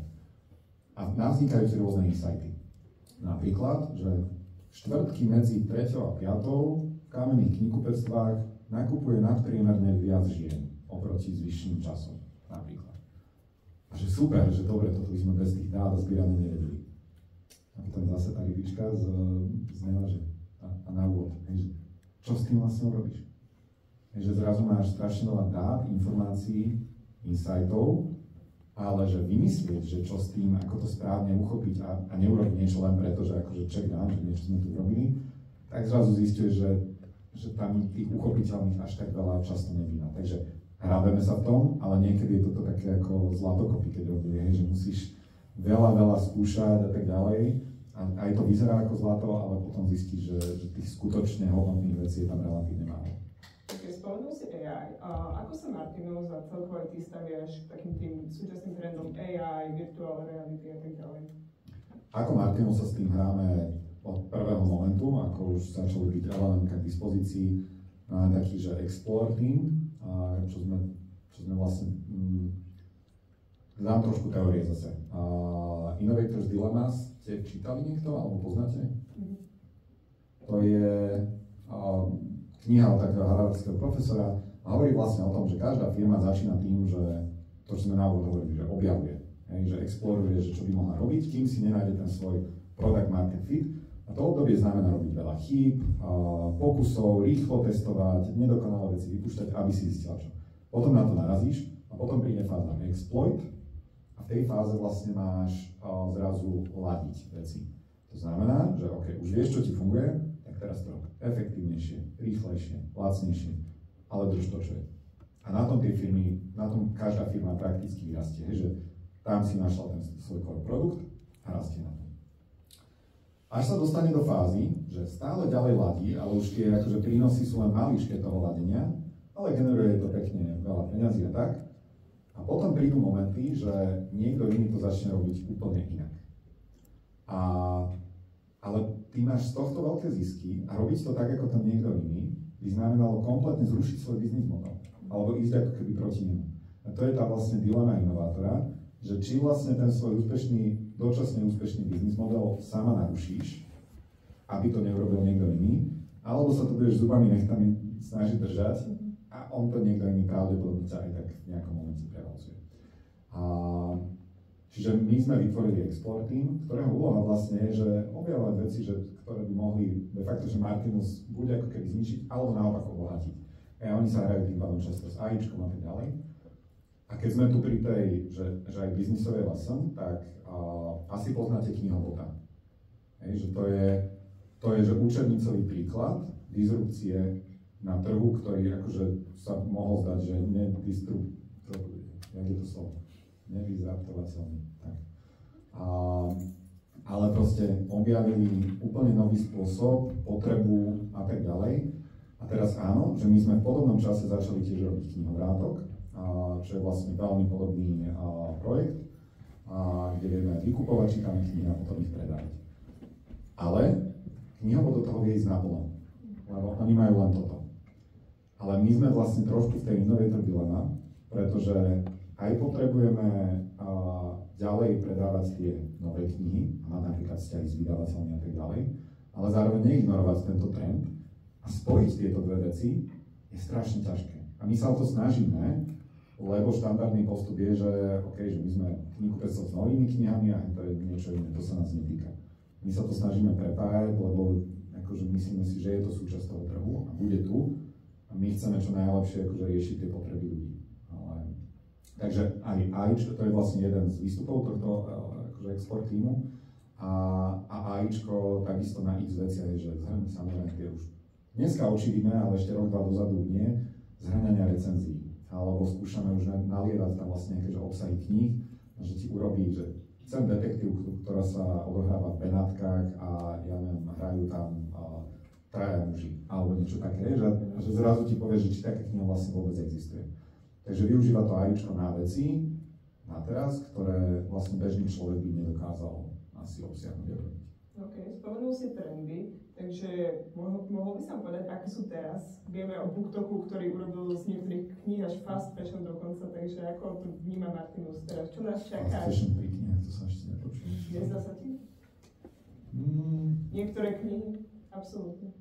Ne, ale tak... To je môj súkromný názor. Nie, akože fair enough, že nikdy som sa na tým takto nezamyslel. No knihu ja stále mám takú, že že kniha napokon... Ja by som povedala, že v súčasnosti je taký trend na tú BookToku, že väčšina ľudí naozaj tam excesívne číta až do takej miery, kedy ja osobne neverím, že niekto dokáže prečítať toľko kníh a donesie obsah. Áno. Fair enough. Ale tak záleží samozrejme na typoch kníh, hej. Tak minimálne si stále testuje rýchlo čítanie a zlepšuje. Nejaký skill rozvíja. Ale áno, akože trendy, že často sa ma pýtajú, že či ľudia akože dneska že už nečítajú málo a že určite teraz je to zlé, ako málo mladí ľudia čítajú všetko.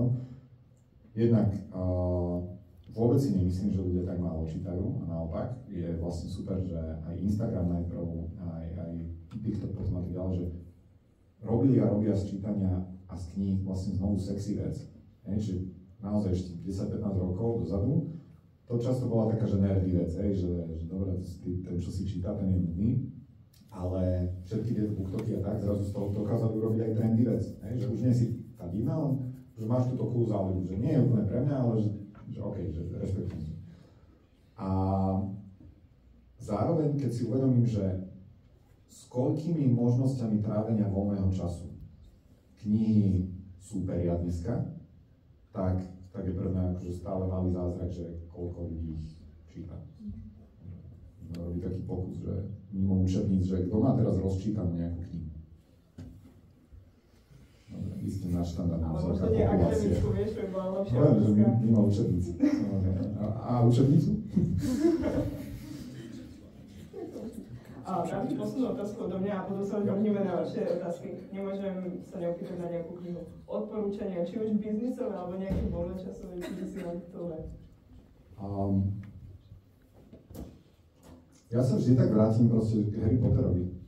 To je kniha, ktorá ma naučila čítať, to je, nemôžem to čítať. A presne preto to, lebo akože ja som mal 17 rokov, keď Harry Potter prišiel na Slovensko a Miro Santus mi vtedy dal, že počúvaj, že toto letí teraz medzi mladými, prečítaj si to. Mal som 17 rokov, že rozprávku o čarodejníkovi, že fakt ja mám toto čítať. Ale teda bol som slušne vychovaný, takže som si to len pomyslel a povedal som mu slušne, že dobre, ja tomu dám pokus. A došiel som domov a naozaj akože som to začal čítať, že ešte jednu správu. Čo sa tam deje? To je zaujímavé. A že fakt som tomu akože okamžite podľahol. A ja som ešte zažil dobu, keď sa tie prvé roky hovorili, že dobre, však to je teraz trend a neviem čo, to pôjde zase preč, že to len taký výstrelok. A že je to drak a takéto, lebo je to len nejaké akože. A že je pre mňa zaujímavé vidieť, že naozaj sa to dostalo do toho, že povedal by som pokojne, že zlatého fondu tej už svetovej literatúry, lebo pre moju dceru to bola jedna z prvých kníh, ktoré ja som k 7. narodeninám som ich začal čítať. Prvý diel, potom druhý diel, potom už som povedal, že ďalší je scary, takže nie, tak ona si to začne čítať sama a ona má dneska 10. A už ich má všetkých prečítaných 3-krát, v slovenčine aj v angličtine.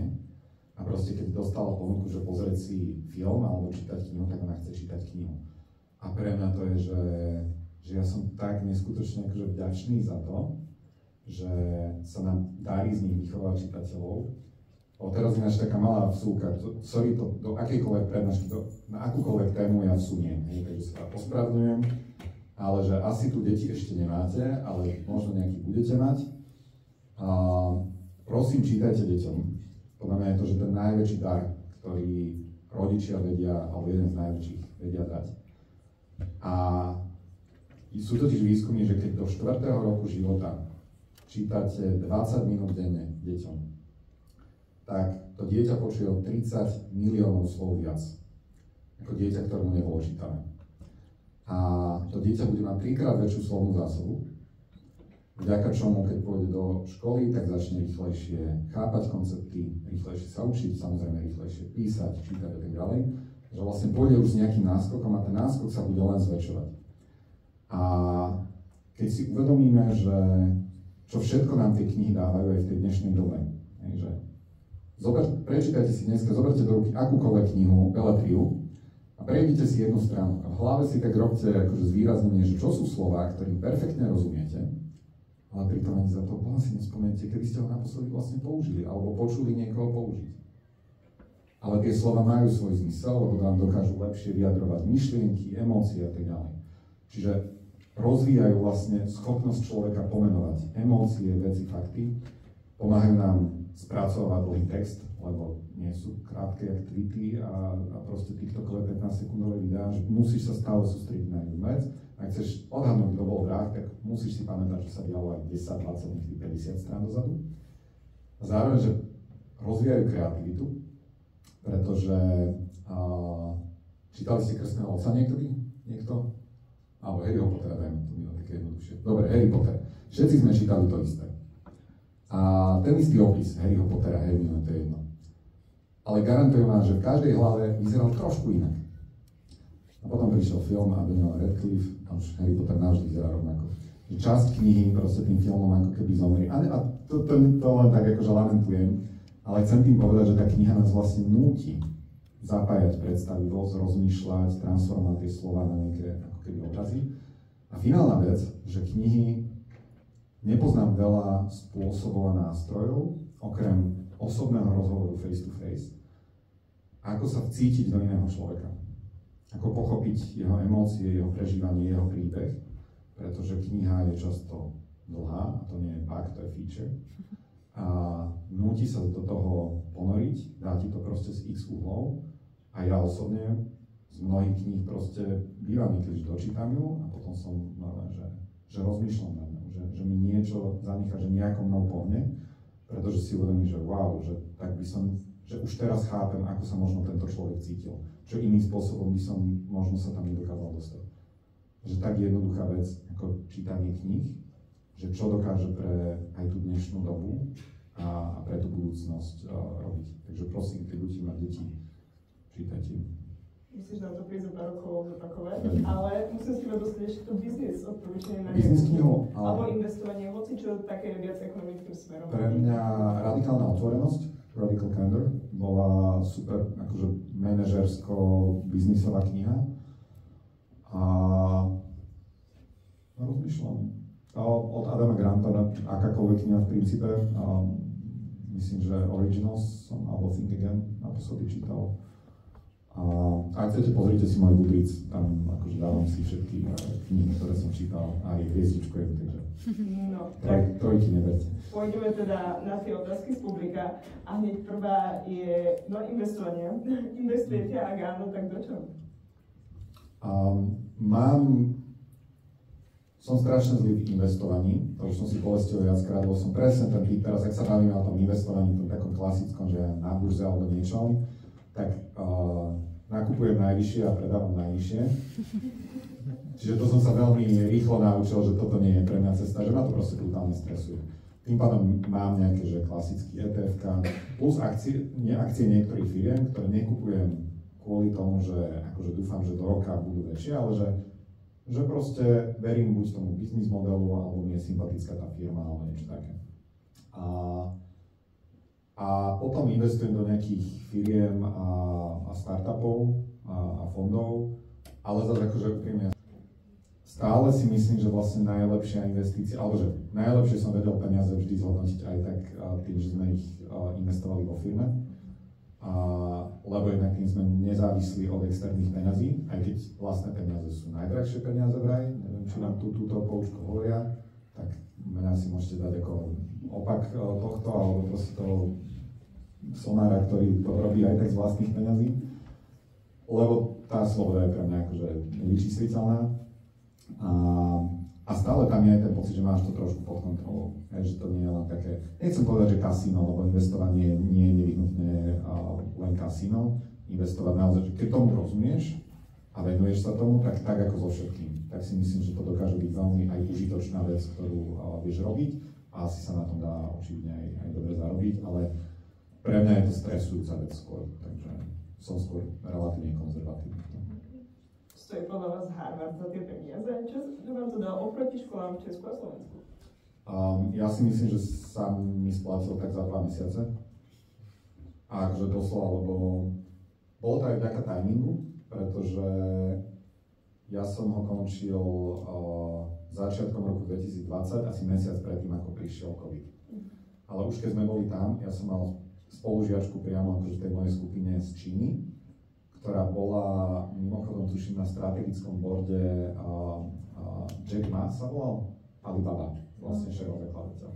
No a oni mali pobočky kade tam aj vo Wuhane a ona už musela zostať v Amerike, lebo ju nepustili tam. Takže ja som mal také trošku z prvej ruky, že niečo sa deje. To ešte keď tu sme sa tvárili, že tam nevieme, čo to je. A jeden z posledných caseov, ktorý sme robili, bol case study nejakej cestovky, ktorá v roku 2005 mala, neviem, tuším 9,000 ľudí v Thajsku, kde 25.12. prišlo tsunami. A oni sa s nimi nevedeli spojiť, nevedeli, čo sa deje. A tá case study bola vlastne o prvých 10 hodinách od momentu, ako sa to stalo. Proste kto, čo v tej firme robil, ako tak. Že vlastne de facto, že krízová komunikácia, krízový manažment a tak ďalej. A ja vlastne zrazu po mesiaci sa mi ten case znovu v hlave premietal a tým pádom niektoré veci, že aha, ok, teraz asi budeme zažívať toto, takže tu sa musíme teraz rozhodnúť, aj keď tie informácie nemáme, lebo ich nebudeme vedieť získať. Že možno predtým by sme sa citlili v tom. A zároveň tým, že som mal tak čerstvo mnohé tie veci, my v Martinuse sme boli veľmi často zvyknutí na také, že konsenzuálne rozhodovanie. Niekedy až priveľa sme o veciach debatovali, ale akože priveľa v tom, že to dlho trvalo, ale akože bol to ten náš štýl. Ale došiel COVID a ja som normálne, akože sme si potom robili srandu, že sa nám tu zrodil diktátor nejaký. Lebo ja som toto teraz takto. Jedinú chybu, ktorú som tam urobil, že ja som to ľuďom neodkomunikoval, že ja vlastne teraz mením ten náš spôsob, lebo ja som si to neuvedomil, ja som že viete čo, že viem, že bežne by sme sa o tom 7 bavili a 2 hodiny, ale dneska musíme urobiť ešte 8 takých rozhodnutí, takže OK, vstupy, rozhodujeme takto, ideme na ďalšiu tému. A kolegovia, že jak na ďalšiu tému, že ešte 2 hodiny sa ideme o tejto hádam baviť, nie? Aby sme to zo všetkých že nie, lebo musíme toto vedieť. A toto je jeden rozmer a druhý je, že stratégiu. To, čo som spomínal, tak vlastne reálne prvú naozajstnú stratégiu Martinusu sme dali dokopy vlastne až po tom, čo som sa ja vlastne naučil na Harvarde. A úprimne to nie sú veci, ktoré budú, že raketová veda a utajené. Ten magic toho Harvardu podľa mňa je, že ako ti to dokážu pospájať veci, ktoré by si možno aj ty teraz vedela povedať. Že stratégia je vlastne len o tom, že povedať čo najviac veciam nie, aby si pár kľúčovým rozhodnutiam mohla povedať áno. A na tomto vlastne vyhráš. A dokázať hovoriť nie, a toto nie. A nie, nebudeme mať vernostný systém. A nie, prepáčte, nebudeme mať tu tie závy. Alebo nie, nebudeme predávať aj toto, aj keby sa tam dal raz. A že to nie je niečo, čo by som tam počul prvýkrát.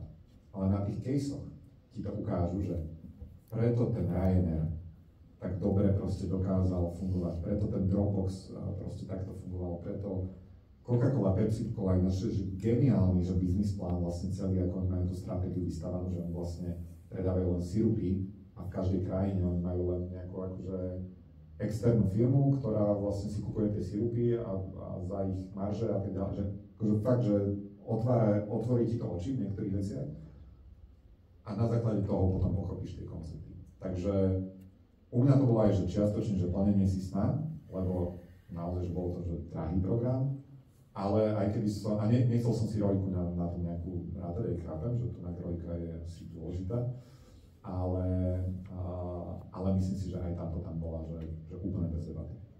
OK. Máme ďalšiu otázku, ktorá veľmi rýchlo vyskočila hore. Ako ste zladili partnerský život a prácu spolu so ženou? Mám na mysli spoločnú prácu a zároveň rozdelenie pracovného a spoločného života. Možno aj v kontexte toho sabatikov, ako sa chránite?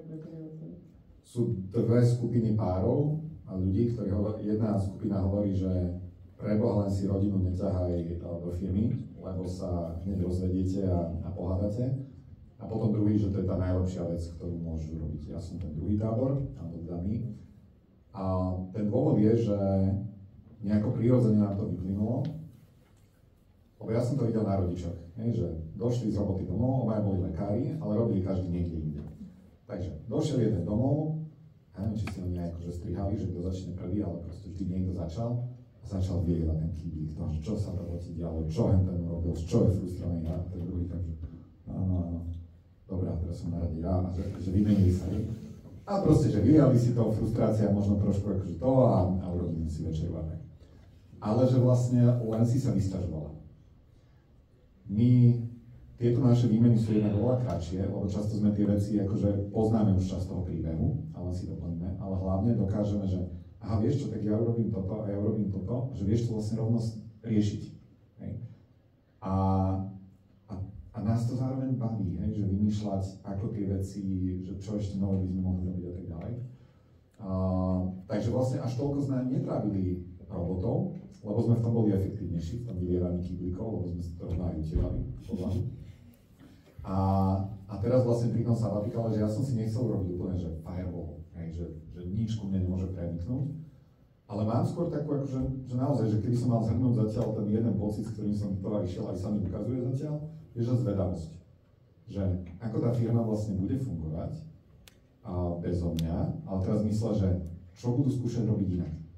Že čo je to, čo ja tej firme neviem dať, ale keď vlastne ja uvoľním moje miesto a bude tam niekto iný, a zároveň Andy uvoľnila miesto a tam ide niekto iný a toto všetko sa deje, takže čo budú robiť inak? A čo budú veci, ktoré sa ukážu potom, že OK, že tak, že áno, že pohľadkám si ego, lebo sa ukáže, že tak dobre, v tomto naozaj asi mám talent a robím to dobre.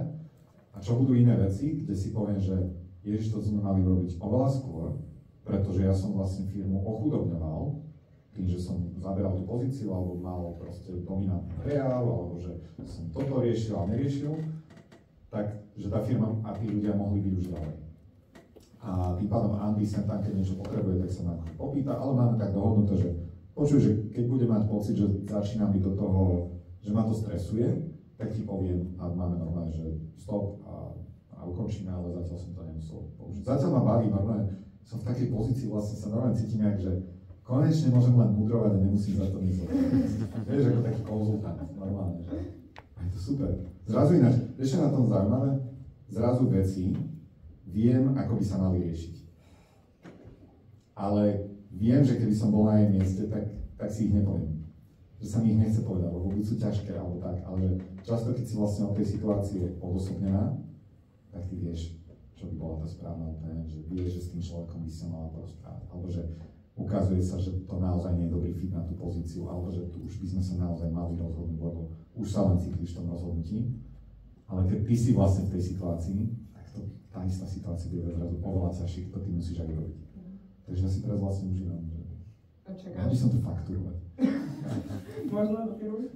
Čakáš, že s týmto odstupom vlastne potom sa dotýka, ale dojdeš do firmy a začneš nejakým spôsobom mať možno aj nejakú obdobie zmien, či budeš mať taký návrat k tomu a príde... A ako myslíš obdobie zmien? No, že napríklad, dajme tomu, že by sa po roku vrátil, ja neviem, a proste prídeš plný nápadov po A, ale po B hlavne, že keď budeš mať ten odstup, že teraz iba si budeš zapisovať nejaké novoty, na ktoré prídeš. Akože to je súčasť toho, že získať ten odstup a tým pádom aj nejakú ten, že svieži pohľad, ale zároveň veľmi si uvedomujem, a to bolo aj po tom prvom Harvarde, že akákoľvek takéto štúdium, či ho mám ja alebo nejaký kolegovia, tak ti vlastne urobí nožnice. Lebo tebe zrazu niektoré veci sú jasné a že chce niekedy veľkú dávku trpezlivosti si pripomínať, že ale oni to nezažili. Im to nie je jasné a nebude jasné, keď im to nepriblížim. Takže ja som vlastne po tom prvom Harvarde, príjme, že začali sme robiť to, že ja som začal, nazvali sme to Harvard, fejkový Harvard. A začal som normálne, že učiť tie casey ľudí. To znamená, normálne si to naštudovali a urobili sme si akože hodinu a tuším 70 ľudí rôznych už urobilo aspoň jeden case. A zrazu, keď vidíš, ako sa aj im zapalujú tam tie očká a zrazu im to tam zaklikne, aha, už chápem, prečo tú stratégiu ideme robiť takto, tak to považujem za jeden z najlepšie investovaných časov, ktoré môžeme robiť, lebo stávame on the same page. Takže aj tu, áno, veľmi som si vedomý toho, že tým, že bude mať nejaký odstup, tak niektoré veci budem vidieť inak, ktoré oni nebudú mať ten luxus toho odstupu, takže budem musieť byť trpezlivý. A to isté vlastne aj s tým Harvardom, ktorý vlastne medzi tým bude mať zase nejaký absolvovaný. Takže podľa mňa jedna z tých najväčších víziev opäť bude to, aby som si mentálne neuletel príliš a zostal dostatočne trpezlivý na to, že aby sme tam išli spoločne a nie ja, kde si na mesiac pôjdem a oni, že tak ale počkaj na zastávke. OK, Michal, posledná otázka. Nejaká tvoja, vlastne nejaký najväčší úspech a zároveň najväčšie zlyhanie? Začnem tým od konca, lebo úprimne, keď nás sem tam aj pozývajú na tie, že fuck up nights a takéto, vždy poviem, že prepáčte, že neprídem, ale nie preto, že si myslím, že by sme neurobili chyby, ale že možno to súvisí aj s tou opatrnosťou a tým, akože nikdy sme nechceli rýchlo raz, že nikdy sme neurobili príbeh typu, ja teraz poviem, že dedoles, hej, že boli sme úplne, že akože high a potom, že urobili sme ich chyb a že fakt to bolelo, alebo tá firma bola niekde pred krachom, že nemáme taký ten, že šťavnatý fuck up príbeh. A zároveň to neznamená, že sme x chyb neurobili, aj takých, ktoré stáli, že stovky tisíc eur, ale že vlastne ja v hlave nejako nepozerám na nejako na fuck upy alebo nejaké také chyby, že ja by som to nemenil. Že chcel by som to znovu zažiť, lebo vďaka tomu príkladem podpísali sme zlé podmienky na jedno z prvých knihkupectiev, lebo proste Excel znesie veľa. A proste sme boli zamilovaní do toho projektu, tak však prižmuríme očko a to nejako hádam vyjde. A potom proste po pár mesiacoch, že to nebolo ani na polovici break-even, že bolo to že úplne ustrelené. Odvtedy proste úplne inak pristupujeme k tomu, že koľko si to prerátávame, držíme sa pri zemi a tak ďalej. Takže toľko k tým chybám, že vlastne žiadna taká, ktorá by vyčnievala nad ostatnými, ale zároveň akože strašne veľa vecí, na ktorých sme sa naučili. A ten úspech asi cítim už cítim hrdosť na to, že čo sa nám podarilo vybudovať, ale možno ešte viac to, že akou cestou sme to mohli urobiť, akým spôsobom. Vieš, že to nemuselo byť vykúpené nejakými veľkými kompromismi, alebo že ísť proti sebe, lebo by som mal akože vieš, že potrebujeme to, čo sme sa bavili o tom raste alebo o nejakom naháňaní. Čiže Martinus je vlastne dneska väčší, ako som kedy sníval, že by mohol byť. Ale zároveň, keď sa pozriem na to, že to trvalo už desiatky rokov, tak to vlastne dáva zmysel. A je to také istým spôsobom, že som za to extrémne vďačný, že sme mohli tú cestu takto kráčať a že ju môžeme ďalej kráčať a že som strašne zvedavý, čo prinesie ďalej. Ďakujem Michal, že si vôbec prišiel za nami do Brnava. Ja to ceníme zo Slovenska proste. Ďakujem vám diváci, že ste tu zostali. Ja viem, že zostalo veľmi veľa otázok nezodpovedaných, ale nemáme toľko času. Tak dúfam, že nás budete sledovať na našich sociálnych médiách a možno Michal príde znova, keď sa mu páčilo. Veľmi rád. Ak máte ešte nejaké otázky, ja ešte nejaký čas mám, takže kľudne, alebo potom mi napíšte. Tak. Dobre, ďakujem. Ja ďakujem.